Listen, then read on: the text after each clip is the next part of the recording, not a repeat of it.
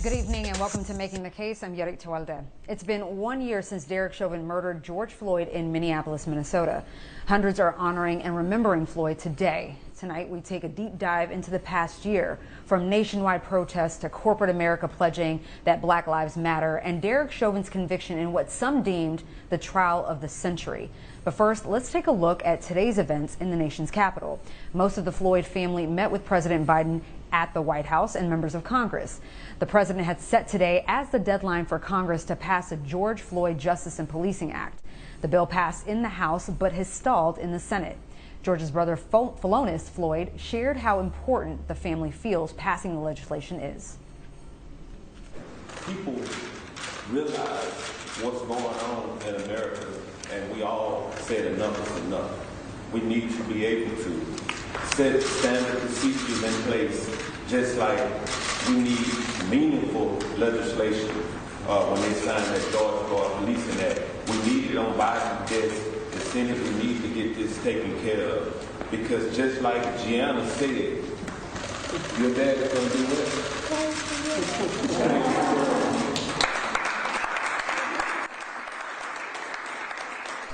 May 25th, 2020, that fateful day changed the world. Now, whether that change sustained is another question. Last summer, millions of people took to the streets in the U.S. and across the world, calling out racial injustice in George Floyd's name. Many of the people who participated in these protests were white. In cities across the U.S., many protests were met with violent responses by the police, and many white people experienced a sort of police brutality that few had even been born to witness. Many thought this movement for racial injustice meant the nation was at a crossroads, that there was some sort of racial awakening or reckoning. But today, 1 year later, white support for Black Lives Matter has fallen to the level it was before the killing of George Floyd. Activist and theologian and former Washington Post columnist Rahiel Tesfamariam joins me tonight. Rahiel, thank you for being here. Thanks for having me, Yodi. It's an honor. All right, so why do you think so many, nationally and internationally, were moved last summer to take to the streets after George Floyd's murder? The video. There's no getting around how visceral the reaction was to that video. The clear display of evil, of unexplained evil. It was unjustified. And I think we were all in a state of deep reflection because of the quarantine. Our normal sense of always being productive and busy wasn't the case. And many of us were at home, glued to our TVs, and the media had our attention, and we watched that image loop over and over again on television.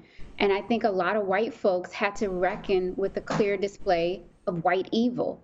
A lot of times the Black person is depicted as a criminal, as hyper aggressive, as superhuman, but there was none of that. Here's this person who's helpless, crying out for his mother, and it was very clear who was the evil perpetrator in that situation.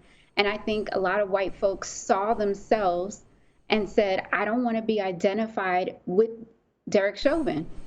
And so in order to not be identified, they had to take action and say, that's not who I am, that's not who my family is, and that's why we saw masses of them take to the streets. It was this effort to say that I may be white, but I'm not like him.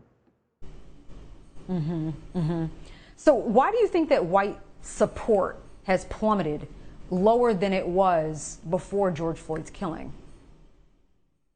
I don't know why it has plummeted, but what I do know is that we cannot use Black trauma to sustain white support. We cannot continue to need images of Black death on television to sustain white support.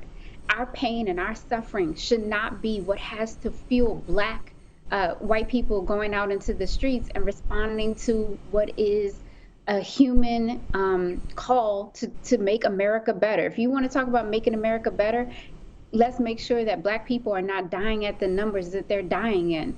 Let's talk about an America that really can live up to this brand of being a melting pot. How is it a melting pot when masses and masses of Black people are dying in the streets and white people need to see images of Black pain and trauma to do something about it? That's absolutely ridiculous. We have to stop commodifying Black death. Now, Rahiel, you were on the ground in Ferguson after Mike Brown was killed by Officer Darren Wilson. Why was the response to Mike Brown's killing different than George Floyd's? I think, again, a lot of it has to do with the media. Because there was no video of Mike Brown's killing, then narratives were created that he was the aggressor, that he was this oversized giant who was on something evil, had just committed a crime. So the narrative played out, and white people did not find commonality with the images of Black rioters in the street. You know, this image of good protester versus bad protester. But here was this clear video in the George Floyd killing. But both of them tell us, again, that we cannot rely on the media to depict who's the victim, who's the aggressor, and when it's worthy of us going into the streets and when it's not worthy. It's always worthy of fighting for Black lives. Now, one of the stark differences, obviously, between last summer's protests and others in the past, obviously, was the amount of white people who participated in the movement.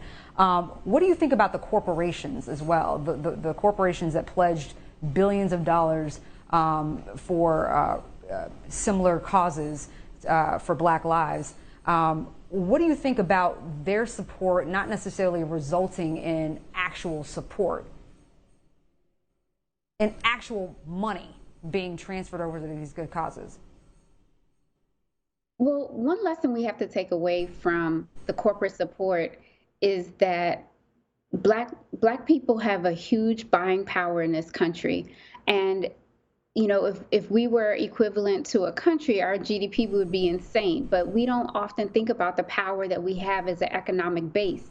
And when George Floyd was killed, corporations reminded us of how powerful we are. So my attention is not on what corporations are doing and whether or not it's effective towards the movement, because I don't put my trust in them. I put it in the power of the people. And I think this is a lesson for us about what our economic resistance will be moving forward.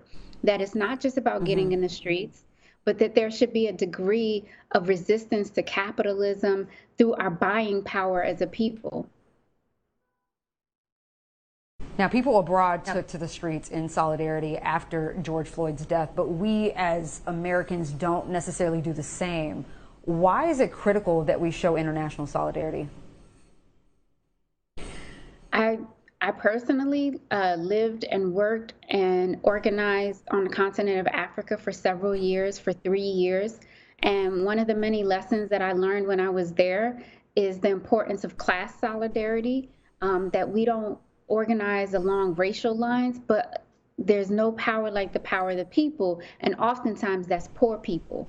When you look at where these murders are taking place, when you look at the excessive state violence, it's often the elite protection, the protection of the elite and the protection of property, and the poor people suffer as a result. So we have to align our issues and our cries for help, and we have to do that on an international level, looking at Palestine and what's going on there and the inhumane treatment of the Palestinians and how our tax dollars funds that.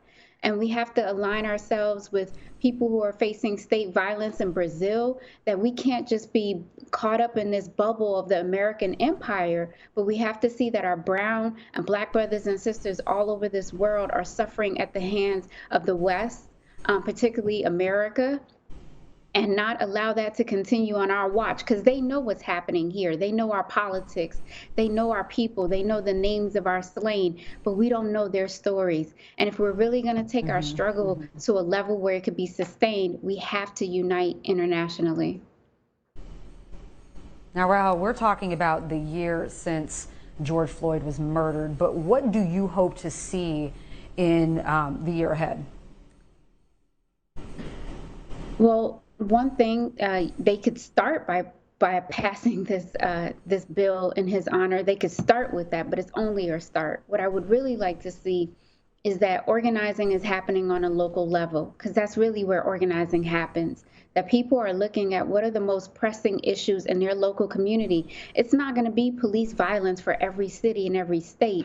And sometimes we get so caught up in the national issues and the national narrative that we're not taking state analysis of what's happening in our local community. So organize on a local level, build solidarity nationally, but always align yourself with international issues and look at what we're going through here and how that corresponds to what people are facing all over the world.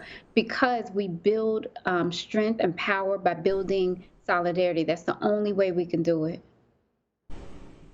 All right, activist and theologian Rahiel Tesfamariam, thank you so much for joining the show, sis. Thanks so much for having me.